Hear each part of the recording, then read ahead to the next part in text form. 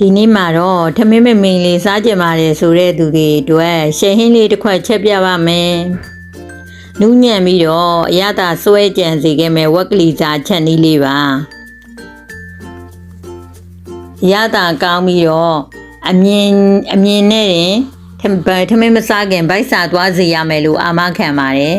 ။ဒီဗီဒီယိုလေးကိုကြိုက်နှစ်သက်တယ်ဆိုရင် like နဲ့ subscribe လေးတွေလုပ်ပေးခဲ့ပါအောင်နော်။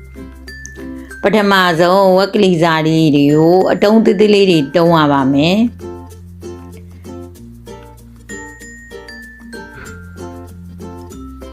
ပြီးရင်တော့မညှိအောင်လို့ပဲမှုံစိမ့်မှုံနဲ့နယ်ပြီးတော့တေချာနယ်ပြီးတော့3လီတာဆေးလိုက်ပါတယ်ဒီနေရာမှာဆေးကြောတဲ့နေရာမှာပဲမှုံစိမ့်ရပါတယ်ဆန်မှုံစိမ့်ရပါတယ်ရှာလကာရည်ရပါတယ်စားရပါတယ်ကိုကျိုင်းနဲ့တက်ရတစ်မျိုးမျိုးနဲ့ဆင်အောင်ဆေးပြီးဖို့လိုအပ်ပါတယ်ပြီးရင်တော့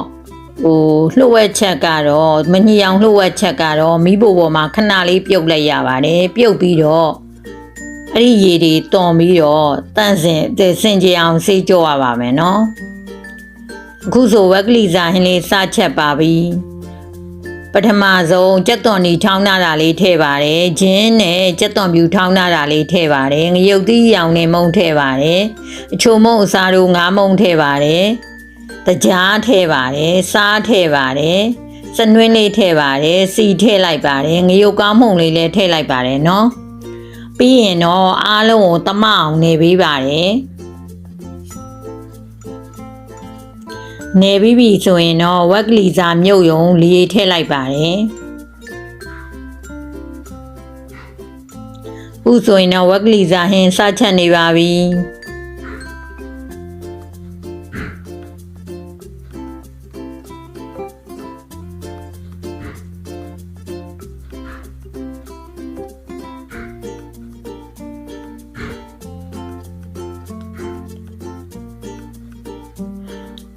နူးလိုတာမို့ဖုံးပိတ်ပြီးတည်လိုက်ပါတယ်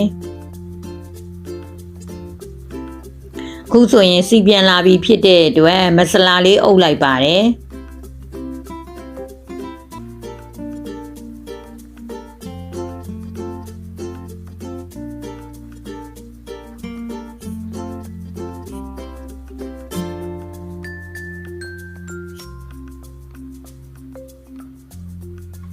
ခုဆိုအမြင်နဲ့တင်ဗိုက်စာသွားစီရမယ်ဝက်ကလီစာဟင်းလေးရပါပြီ